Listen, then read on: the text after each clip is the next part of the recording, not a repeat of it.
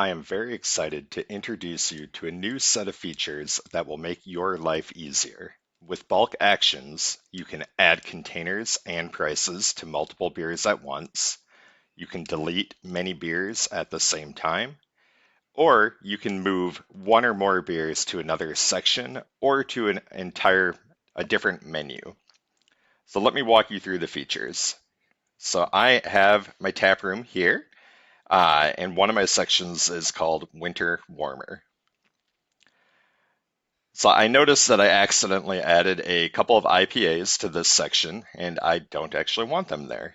So now with bulk actions, I can select one to many items.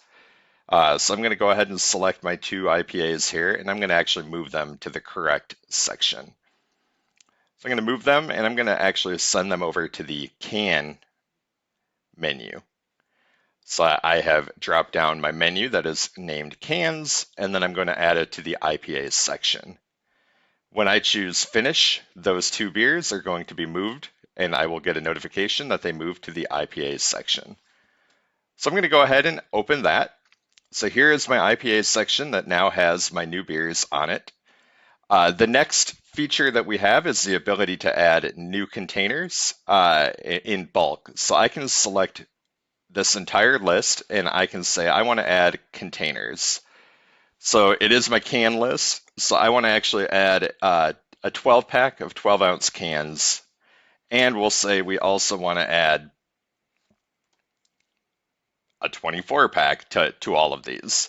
So I can also optionally add the price.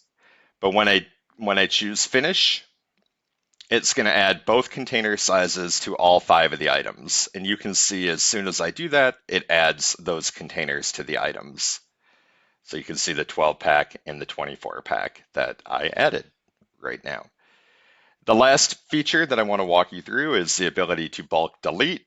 So maybe I have sold out of Julius and maybe Two Hearted. So I can select both of those and I can choose delete. Once I choose delete, it's going to ask me to confirm. It's going to show you the 2 items that I have selected, and then I can ultimately select delete. Of course, when you delete an item, it does go to your menu history if you ever want to get it back. I hope these features are helpful for you and look forward to getting any feedback that you might have. Thank you.